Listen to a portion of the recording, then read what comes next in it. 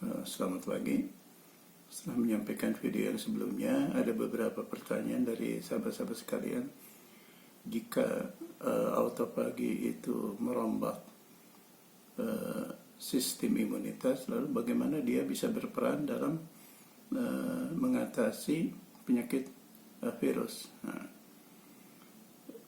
Untuk bisa menjelaskan ini, mungkin kita akan menjelaskan pertama-tama itu dari apa itu virus dan bagaimana nanti hubungannya dengan mekanisme autofagi. Sahabat sekalian, virus seperti yang kita kenal adalah kondisi di mana dia berada di antara makhluk hidup dan bukan makhluk hidup. Jadi strukturnya hanya terdiri dari kapsul dan materi genetik, tidak ada unsur lain. Sehingga dalam kehidupannya virus akan sangat tergantung dari inangnya, baik itu makhluk hidup uniseluler ataupun makhluk hidup multiseluler. Jadi virus selalu tergantung kepada inang. Nah, mengenai virus ini, ternyata sampai saat ini ada dikemukakan 3 hipotesa mengenai teori asal-usul virus. Pertama, teori koevolusi. Koevolusi itu bercerita bahwa memang virus itu sudah ada sejak awal masa kehidupan bersama-sama dengan makhluk hidup yang lain. Terus kedua, ada yang disebut sebagai teori regresi. Jadi regresi itu adalah karena virus itu hidup sebagai parasit, jadi diduga sebelumnya adalah sejenis bakteri kecil yang hidup sebagai parasit dan hilang karakteristik makhluk hidup yang lain seperti bernafas, terus fungsi-fungsi yang lainnya, sehingga yang bertahan dari makhluk hidup ini adalah hanya fungsi replikasi. Nah, yang ketiga, dan ini yang dianggap paling logis, adalah teori homeless teori. Teori ini pertama kali dikemukakan tahun 1959 oleh seorang ahli biologi asal Kanada, Barbara McClintock, yang sebutkan bahwa sebetulnya virus itu berasal dari materi makhluk hidup. Nah, hipotesis ini sekarang memperoleh dukungan yang kuat dengan ditemukannya materi genetik ekstra kromosomal seperti plasmid, mitokondria, dan lain-lain. Dan ini sangat logis kalau kita menjelaskan dengan karakteristik bagaimana ketika virus itu bisa menginfeksi sebuah makhluk hidup. Ya. Contohnya yang paling sekarang yang sedang up to date adalah infeksi oleh COVID-19 ya. Ternyata COVID-19 itu masuk ke tubuh kita dan menempel di dalam sel, itu diperantarai oleh enzim tubuh itu sendiri. Jadi tidak dianggap sebagai sebuah benda asing pada awalnya. Jadi enzim tubuh sendiri, enzim itu namanya angiotensin converting enzyme. Biasanya enzim ini berperan penting dalam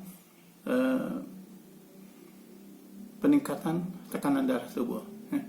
Jadi enzim ini memperantarai menempelnya virus ke dalam sel paru-paru. Nah, jadi tidak dianggap sebagai benda asing, dipersilahkan masuk, ke istilahnya itu. Jadi setelah masuk, dia bereplikasi di dalam sel. Nah, baru kemudian replikasinya sedemikian banyak, dia berusaha untuk keluar lagi dan merusak dinding sel. Nah, saat merusak dinding sel inilah, maka ikut keluar juga berbagai zat mediator peradangan seperti sitokin, prostaglandin, sebagainya dan sebagainya. Ya. Nah, ini yang sebutnya unik ya, jadi unik. Jadi kalau misalnya sahabat-sahabat sekalian mengalami sakit oleh virus ini, itu bisa dipastikan virusnya jumlahnya sudah banyak dan sudah bereplikasi di dalam tubuh. Ya. Jadi bukan virus baru masuk terus tubuh bereaksi terhadap virus tersebut, bukan. Justru virus itu adalah virus yang sudah bereplikasi di dalam tubuh dan merusak dinding sel. Nah, lalu bagaimana kalau misalnya tubuhnya dalam kondisi autofagi? Nah, seperti saya sudah jelaskan sebelumnya, ketika sel tubuh dalam kondisi autofagi, tubuh jelas selnya itu kekurangan gula. Ya. kekurangan gula, itu yang paling penting. Sehingga lisosom akan mencerna apapun organel sel yang mengandung gula. Dan organel sel yang mengandung gula adalah organel sel yang mengandung kode genetik. Karena di dalam kode genetik ini terdapat ribosa, yaitu gula. Ya. Nah, begitu juga kalau terjadi pada saat tersebut masuk virus. Makanya kalau virus itu tidak dianggap sebagai benda asing, maka dipersilahkan masuk. Ya. Nah, kalau dia masuk tubuh dalam kondisi autofagi, maka si virus tersebut sama akan dicerna juga. Oh, virus apapun, ya, bukan hanya virus COVID-19. Makanya saya pikir autofagi itu adalah solusi yang paling murah, mudah, dan rasional dalam menghadapi pandemi. Dan bukan hanya pandemi COVID-19, bahkan sebetulnya infeksi virus apapun bisa ditanggulangi dengan pemanfaatan mekanisme autofagi. Ya. Jadi sekali lagi sahabat-sahabat sekalian,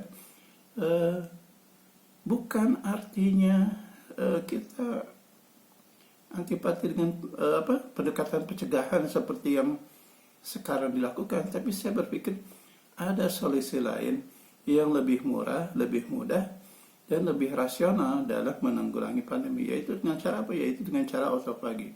Dan itu berlaku untuk semua jenis virus. Ya, itu saja yang bisa saya sampaikan informasi hari ini. Terima kasih, mudah-mudahan bermanfaat. Salam.